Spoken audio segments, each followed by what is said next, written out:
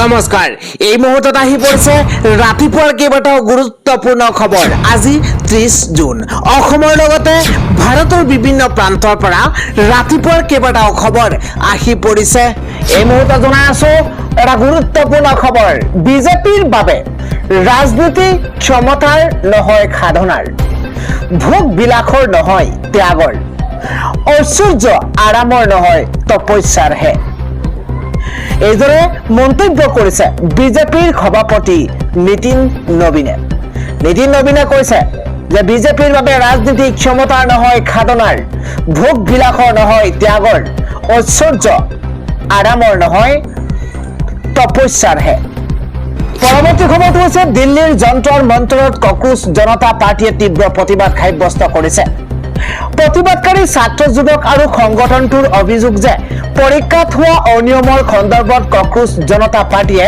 উত্থাপন কৰা দাবীসমূহৰ ক্ষেত্ৰত কেন্দ্ৰীয় চৰকাৰে এতিয়ালৈকে কোনো সঁহাৰি দিয়া নাই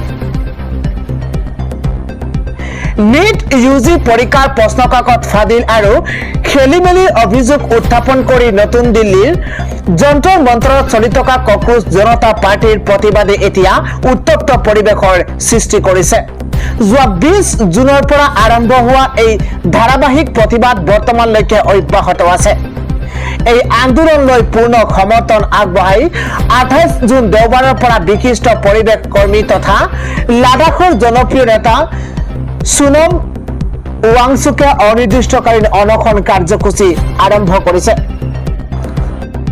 প্ৰতিবাদকাৰী ছাত্ৰ যুৱক আৰু সংগঠনটোৰ অভিযোগ যে পৰীক্ষাত হোৱা অনিয়মৰ সন্দৰ্ভত কক্ৰোচ জনতা পাৰ্টিয়ে উত্থাপন কৰা দাবীসমূহৰ ক্ষেত্ৰত কেন্দ্ৰীয় চৰকাৰে এতিয়ালৈকে কোনো সঁহাৰি দিয়া নাই সিজেপিৰ মুখপাত্ৰ সৌৰভ দাসে এই সন্দৰ্ভত সংবাদ মাধ্যমৰ সন্মুখত স্পষ্ট কৰি দিয়ে যে এতিয়ালৈকে তেওঁলোকৰ দাবীসমূহ পূৰণ নহয় তেতিয়ালৈকে এই আন্দোলন কোনো কাৰণতেই প্ৰত্যাহাৰ কৰা নহব সংগঠনটোৱে সমগ্ৰ দেশ জুৰি প্ৰধান গবেক কাৰ্যসূচী ঘোষণা কৰিছে আৰু কেন্দ্ৰীয় শিক্ষামন্ত্ৰী ধৰ্মেন্দ্ৰ প্ৰধানৰ তৎকালীন পদত্যাগৰ দাবী উত্থাপন কৰিছে উল্লেখযোগ্য যে সিজেপিৰ এই প্ৰতিবাদলৈ বৰ্তমান দেশৰ বিভিন্ন প্ৰান্তৰ হাজাৰ হাজাৰ ছাত্ৰ ছাত্ৰী অভিভাৱক আৰু কেইবাটাও কৃষক সংগঠনেও সমৰ্থন আগবঢ়াই যন্ত্ৰৰ মন্তৰত সতীৰ্থ হৈছে সোনম ৱাংচুকৰ দৰে এজন বিশিষ্ট সমাজকৰ্মী অনশনত বহাৰ পাছত এতিয়া চৰকাৰৰ পৰৱৰ্তী পদক্ষেপ কি হ'ব সেয়া অত্যন্ত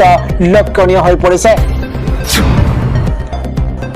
পৰৱৰ্তী খবৰটো হৈছে যুৱ ছাত্ৰ পৰিষদ মৰিগাঁও জিলা কমিটিৰ ধৰ্ণা কাৰ্যসূচী মৰিগাঁও জিলা আয়ুক্ত কাৰ্যালয়ৰ সন্মুখতে যুৱ ছাত্ৰ পৰিষদ মৰিগাঁও জিলা কমিটিয়ে তীব্ৰ প্ৰতিবাদী কাৰ্যসূচী ৰূপায়ণ কৰিছে মৰিগাঁও জিলা আয়ুক্ত কাৰ্যালয়ৰ সন্মুখত যুৱ ছাত্ৰ পৰিষদ মৰিগাঁও জিলা কমিটিয়ে তীব্ৰ প্ৰতিবাদী কাৰ্যসূচী হাতত লৈছে তিনিটাকৈ গুৰুত্বপূৰ্ণ দাবীৰে ধৰ্ণা কৰিছে যুৱ ছাত্ৰ পৰিষদে যুৱ ছাত্ৰ পৰিষদ মৰিগাঁও জিলা কমিটিৰ দাবী যে মৰিগাঁও শ্বহীদ তিলক হেমব্ৰম গুণাভিৰাম অসামৰিক চিকিৎসালয়ত চলি থকা অৰাজকতা বন্ধ কৰা আৰু ডেংগু জাপানিজ এনকেফেলাইটিছ ৰোগ নিৰাময়ত ব্যৰ্থতা কৃষকসকলে বজাৰত ধানৰ উচিত মূল্য নোপোৱাৰ লগতে ধানৰ বজাৰত মধ্যভোগী দালালৰ উপদ্ৰৱ বন্ধ কৰা আৰু বিদ্যালয়সমূহত ছাত্ৰ ছাত্ৰী অনুযায়ী শিক্ষক নিযুক্তি প্ৰদান কৰাৰ লগতে বিনামূলীয়া ইউনিফৰ্মৰ নামত পলিষ্টাৰ কাপোৰ যোগান ধৰা বন্ধ কৰা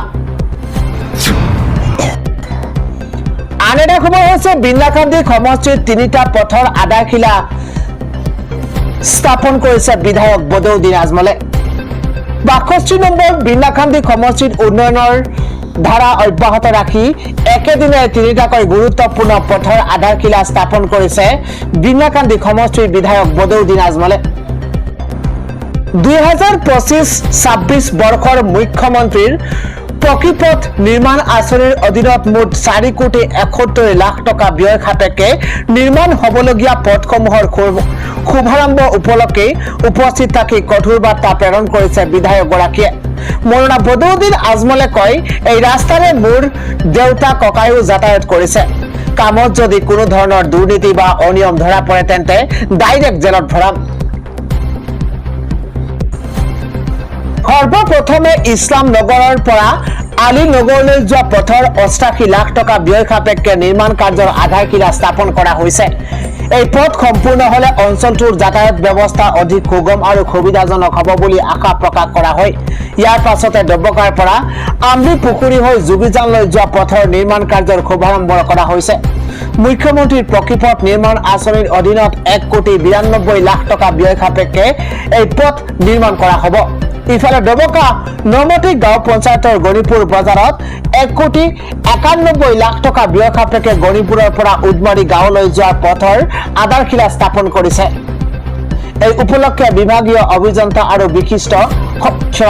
সংশ্লিষ্ট কৰ্তৃপক্ষক কামৰ গুণগত মান অক্ষুণ্ণ ৰখা, সময়মতে সম্পূৰ্ণ কৰা আৰু কোনো ধৰণৰ অনিয়ম সংঘটিত নোহোৱাকৈ কাম সম্পন্ন কৰাৰ বাবে কঠোৰ নিৰ্দেশ দিছে বিধায়কগৰাকীয়ে। পৰৱৰ্তী খবৰটো হৈছে আগৰতলাৰ বীৰ বিক্ৰম বিমানবন্দৰত 8 গৰাকীকৈ বাংলাদেশীক গ্ৰেপ্তাৰ কৰা হৈছে।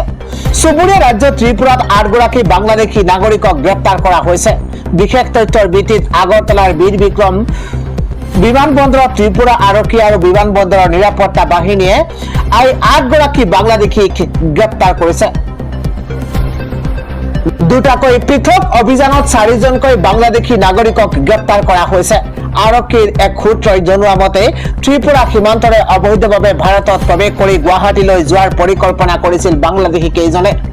তেওঁলোকৰ পৰা কেইবাটাও মোবাইল ফোন জব্দ কৰিছে আৰক্ষীয়ে। গ্ৰেপ্তাৰৰ পিছত বাংলাদেশী কেইজনক আদালতত হাজিৰ কৰোৱাত আদালতে 3 দিনৰ আৰক্ষীৰ জিম্মাত দিছে বাংলাদেশী নাগৰিক কেইজনক। আন এটা খবৰ হৈছে ৰাজ্যৰ কেইবাটাও প্ৰান্তত বানে চলাইছে বিভীষিকা। এই দৃশ্যলৈ আপুনি ভালদৰে মন কৰক। এয়া হৈছে ধেমাজিৰ দৃশ্য। ধেমাজিত বানে চলাইছে কাল ৰূপ। এইদৰে ঘৰৰ ভিতৰতে একাটো এককাল পৰ্যন্ত পানী। এইদৰে হুৰাহুৰে পানী বৃদ্ধি হৈছে। এবাৰ ৰাজপথৰ ওপৰেদি বাগৰিছে প্ৰচণ্ড বান। বানত এতিয়া জ্বলা কলা খাইছে এতিয়া ধেমাজিবাসী ৰাইজে। এক ভয়ংকৰ পৰিৱেশৰ সৃষ্টি হৈছে বানত। সমান্তৰৰ বাবে জোনাইত ছিগিছে চিলে নৈৰ মাথাউৰি আৰু মাথাউৰি ছিঙাৰ পাছতে উত্তৰ অসমত এইদৰে ভয়ংকৰ ৰূপ লৈছে বান পৰিস্থিতিয়ে। উত্তৰ অসমত ভয়ংকৰ বান পৰিস্থিতিৰ সৃষ্টি হৈছে। জোনাইত মথাউৰি ছিঙাৰ লগতে দেখিবলৈ পোৱা গৈছে এক নৈসদৃশ পৰিৱেশৰ সৃষ্টি হৈছে। দৃশ্য দেখিলে আপোনালোকে অনুমান কৰিব পাৰিব কিদৰে বানে এক কাল ৰূপ ধাৰণ কৰিছে। পৰৱৰ্তী খবৰটো হৈছে অৰুণাচল প্ৰদেশত পুনৰ ডাৱৰ বিস্ফোৰণ সৃষ্টি হৈছে। উদ্ধাৰকাৰী নাও ডুবি সন্ধানহীন হৈ পৰিছে 9 গৰাকীকৈ লোক আৰু তাৰ লগতেই 3 গৰাকীৰ মৃত্যুৰ খবৰ আহি পৰিছে। ৰাষ্ট্ৰীয় ঘাইপথৰ কেইবাটাও স্থানত ভূমিস্খলন, শিল বাগৰি পৰা আৰু পথ ভাঙি যোৱাৰ ফলতেই যোগাযোগ ব্যৱস্থা যথেষ্ট ব্যাহত হৈ পৰিছে। একাংশ অঞ্চলৰ পথ মেৰামতি কৰিবলৈ এসপ্তাহতকৈ অধিক সময় লাগিব পাৰে বুলি আশংকা প্ৰকাশ কৰা হৈছে প্ৰশাসনে। এসপ্তাহ নহওঁতেই পুনৰ ডাৱৰ বিস্ফোৰণ আৰু অত্যন্ত ধাৰাসাৰ বৰষুণৰ ফলতে বিপৰ্যস্ত হৈছে অৰুণাচল প্ৰদেশ। ধাৰাবাহিক বৰষুণৰ বাবে অৰুণাচলৰ বিস্তীৰ্ণ অঞ্চলত এতিয়া বানৰ কবলত ডুব গৈছে। ভূমিস্খলনে পৰিস্থিতি আৰু অধিক জটিল কৰি তুলিছে। বহু গুৰুত্বপূৰ্ণ পথ ক্ষতিগ্ৰস্ত হৈছে আৰু কেইবাখনো জিলাৰ সৈতে যোগাযোগ ব্যৱস্থা সম্পূৰ্ণৰূপে বিচ্ছিন্ন হৈ পৰিছে। ইপিনে সোমবাৰে উদ্ধাৰ অভিযানৰ সময়ত প্ৰচণ্ড সোঁতে এখন নাও উঠুৱাই লৈ যোৱাৰ ফলতে কমেও 9 গৰাকীকৈ লোক সন্ধানহীন হৈ পৰিছে। একে সময়তেই কেইপাইৰ জিলাত আৰু এটা মৃতদেহ উদ্ধাৰ হোৱাত আনুষ্ঠানিকভাৱে মৃত্যু হোৱা লোকৰ সংখ্যা 30 জনলৈ বৃদ্ধি পাইছে। প্ৰশাসনৰ সূত্ৰৰ পৰা জানিব পৰা মতে বানাক্ৰান্ত অঞ্চলত আবদ্ধ হৈ থকা বাসিন্দাসকলক নিৰাপদ স্থানলৈ নিয়াৰ বাবে এটা দলে উদ্ধাৰ অভিযান চলাই আছে। সেই নাওখনত স্থানীয় প্ৰশাসনৰ প্ৰতিনিধি উপস্থিত আছিল, কিন্তু নাওখন নিয়ন্ত্ৰণ হেৰুৱাই নদীৰ প্ৰচণ্ড সোঁতত উঠুৱাই লৈ গৈছে বানে।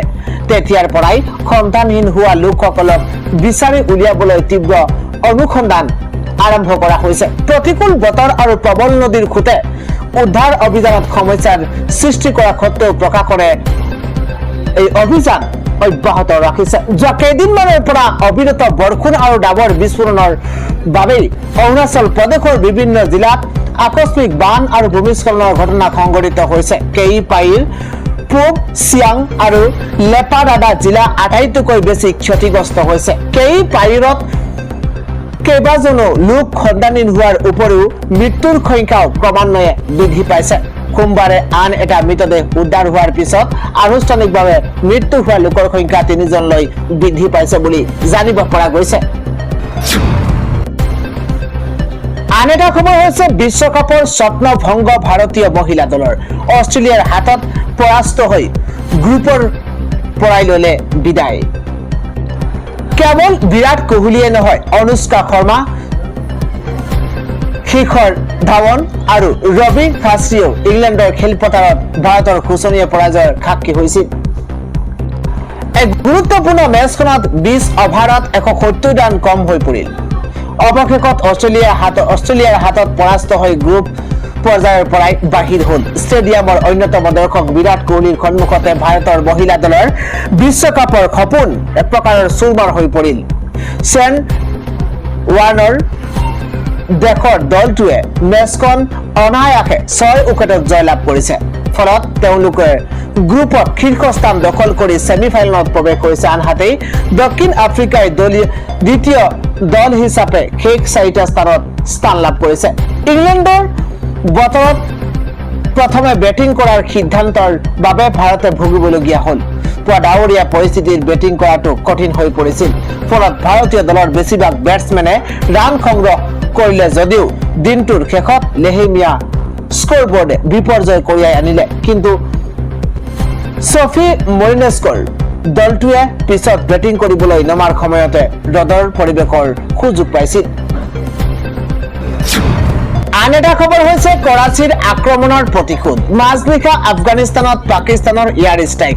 কমেও 29 গৰাকীকৈ লোক নিহত হৈছে আৰু শতাধিক লোক আহত হৈছে। এই পৰ্যন্ত এই ঘটনাত 29 গৰাকীকৈ লোকৰ মৃত্যু হোৱা বুলি জানিব পৰা গৈছে। শতাধিক লোক আহত হৈছে। অৱশ্যে পাকিস্তানৰ শ্বাহবাজ শ্বৰীফৰ চৰকাৰে নিহত আটাইকেইজন উগ্ৰপন্থী বুলি দাবী কৰিছে। কৰাচীৰ চীন ৰেঞ্জাৰ্ছ মুখ্য কাৰ্যালয়ত শনিবাৰে উগ্ৰপন্থীৰ আক্ৰমণত নিহত হৈছিল 4জন পাকিস্তানী সেনা জোৱান।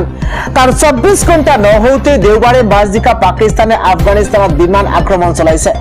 এই পৰ্যন্ত এই ঘটনাত 29 জন লোকৰ মৃত্যু হোৱা বুলি জানিব পৰা গৈছে। শতাধিক লোক আহত হৈছে। অৱশ্য পাকিস্তানৰ শ্বাহবাজ শ্বৰীফৰ চৰকাৰে নিহত আটাইকেইজন উগ্ৰপন্থী বুলি দাবী কৰিছে। সংশ্লিষ্ট মহলৰ একাংশই ধাৰণা কৰে যে এই কাণ্ডই পাক আফগান সীমান্তত পুনৰ উত্তেজনা সৃষ্টি কৰিছে। পাকিস্তানৰ তথ্যমন্ত্ৰী আফৰাউল্লাহ তাৰাৰে কয় যে পাকিস্তানী সেনাই প্ৰথমে আফগান সীমান্তৰ গাতে লাগি থকা খাইবাৰ পখতুনখোৱা বাজাউৰ জিলাত স্থল অভিযান চলাইছিল। তেওঁ দাবী কৰে যে এই অভিযানত তেহৰিক-ই-তালিবান পাকিস্তানৰ শীৰ্ষ অধিনায়ক খান ফৰুচকে ধৰি 4জন উগ্ৰপন্থী নিহত হৈছে। ইয়াৰ ফলত পাকিস্তানী সেনাই আফগানিস্তানৰ পাকটিয়া, পক্তিকা আৰু কুনাৰ প্ৰদেশৰ উগ্ৰপন্থী ঘাটিসমূহক লক্ষ্য কৰি নিখুঁত আক্ৰমণ চলাইছে আৰু এই আক্ৰমণতে 25 জন উগ্ৰপন্থী নিহত হৈছে। আন এটা খবৰ হৈছে গুৱাহাটী মহানগৰীত অব্যাহত আছে ড্ৰাগছৰ বিৰুদ্ধে আৰক্ষীৰ অভিযান। বিৰুবাৰী তিনিআলিত জব্দ হৈছে বৃহৎ পৰিমাণৰ নিষিদ্ধ সামগ্ৰী। মহিলা সৰবৰাহকাৰী সহ 3 গৰাকীক গ্ৰেপ্তাৰ কৰা হৈছে। ফটাশিল আৰক্ষীৰ অভিযানত জব্দ হৈছে বৃহৎ পৰিমাণৰ ধন। আন এটা খবৰ হৈছে গোগামুখ ৰাজচক্ৰৰ 15খনকৈ অধিক গাঁও এতিয়া বানৰ কবলত। জিয়াধল, কুমটিয়া আৰু নদীৰ বাঢ়নী পানী ক্ৰমাৎ হ্ৰাস পাবলৈ আৰম্ভ কৰিছে যদিও বানপীড়িত ৰাইজৰ দুৰ্দশা এতিয়াও শেষ হোৱা নাই। বহু অঞ্চলত ঘৰবাৰী, চোতাল আৰু পথঘাট এতিয়াও পানীৰ তলতে থকাত স্বাভাৱিক জীৱন যাত্ৰা সম্পূৰ্ণৰূপে ব্যাহত হৈ পৰিছে। গোগামুখ ৰাজচক্ৰৰ অন্তৰ্গত প্ৰায় 15খনকৈ গাঁও বৰ্তমানে জলমগ্ন হৈ আছে। বানপীড়িত সহস্ৰাধিক পৰিয়ালে খাদ্য আৰু বিশুদ্ধ খোৱা পানীৰ তীব্ৰ সংকটৰ সন্মুখীন হৈছে। একে সময়তে পশুধনৰ খাদ্যৰ অভাৱেও কৃষকসকলক বিপাঙত পেলাইছে। বানৰ ফলত চুতীয়াকাৰী, ৰতুৱা, জেলুৱা, বাদলুকা, কমাচলা, টেঙাগড়া, ফুলবাৰী, বৰদৈবাম, গৰৈমাৰী, বৰদৈবাম, বেতিহুলা আদি গাঁও, বহু গাঁৱৰ অসংখ্য বাসগৃহ সম্পূৰ্ণৰূপে পানীত ডুব গৈছিল। ইফালে বানপীড়িতসকলৰ অভিযোগ যে স্থানীয় বিধায়ক, সংশ্লিষ্ট মন্ত্ৰী আৰু সাংসদে এতিয়ালৈকে অঞ্চলটো পৰিদৰ্শন কৰি খবৰ লোৱা নাই। ইয়াক লৈ ক্ষোভ প্ৰকাশ কৰিছে স্থানীয় ৰাইজে। পৰৱৰ্তী খবৰ, বান সমস্যাক লৈ চৰকাৰক উভতি ধৰিছে আজি আমচুৰ সভাপতিয়ে। বিজেপি চৰকাৰৰ দিনত বিজেপিৰ এজন বিধায়কে এগৰাকী সত্ৰাধিকাৰক ন্যায়ৰ এজেণ্ট বুলি আখ্যা দিছে। এই সন্দৰ্ভত কি ক'ব মুখ্যমন্ত্ৰী হিমন্ত বিশ্ব শৰ্মাই? প্ৰশ্ন উত্থাপন কৰিলে আছুৰ সভাপতি উৎপল শৰ্মাই। বান সমস্যাক লৈও চৰকাৰক উভতি ধৰিছে আছুৰ সভাপতিগৰাকীয়ে। পৰৱৰ্তী খবৰ, আয়াতুল্লাহ আলী খেমেনিৰ জানাজালৈ যাব পবিত্ৰ মাৰ্ঘেৰিটা। এটা গুৰুত্বপূৰ্ণ খবৰ, আয়াতুল্লাহ আলী খেমেনিৰ জানাজাত উপস্থিত থাকিব পবিত্ৰ মাৰ্ঘেৰিটা। 4 জুলাইৰ পৰা 9 জুলাইলৈ অনুষ্ঠিত হ'ব আয়াতুল্লাহ আলী খেমেনিৰ জানাজা। ভাৰত চৰকাৰক প্ৰতিনিধিত্ব কৰি উপস্থিত থাকিব খেমেনিৰ জানাজা পবিত্ৰ মাৰ্ঘেৰিটা। ইৰাণৰ তেহৰান চহৰত অনুষ্ঠিত হ'ব আয়াতুল্লাহ আলী খেমেনিৰ জানাজা। পবিত্ৰ মাৰ্ঘেৰিটা আৰু বিহাৰৰ গভৰ্ণৰ গৰাকীও উপস্থিত থাকিব জানাজাত। আয়াতুল্লাহ আলী খেমেনিৰ জানাজাত উপস্থিত থাকিব পবিত্ৰ মাৰ্ঘেৰিটাও। 4 জুলাইৰ পৰা 9 জুলাইলৈ অনুষ্ঠিত হ'ব খেমেনিৰ জানাজা। ভাৰত চৰকাৰক প্ৰতিনিধিত্ব কৰি উপস্থিত থাকিব খেমেনিৰ জানাজাত। আন এটা খবৰ হৈছে NSPCৰ মূল বান্ধেৰে হুৰাহুৰে আহি আছে পানী। কেমেৰাত বন্দী হৈছে ভয়ংকৰ দৃশ্য। NSPCৰ মূল বান্ধেৰে হুৰাহুৰে আহিছে পানী। কেমেৰাত বন্দী হৈছে এক ভয়ংকৰ শিহৰণকাৰী দৃশ্য। অসম অৰুণাচলৰ নেৰানেপেৰা বৰষুণত উফন্দি উঠিছে সোৱণশিৰি নৈ। নামনি সোৱণশিৰি জলবিদ্যুৎ প্ৰকল্পস্থলীৰ এক ভয়ংকৰ দৃশ্য। অত্যাধিক বৰষুণৰ ফলতে ৰিজাৰ্ভৰ পৰা তীব্ৰ বেগেৰে আহিছে পানী। NSPCৰ শিহৰণকাৰী দৃশ্য দেখিলে আপোনাৰ বুকু কঁপি উঠিব।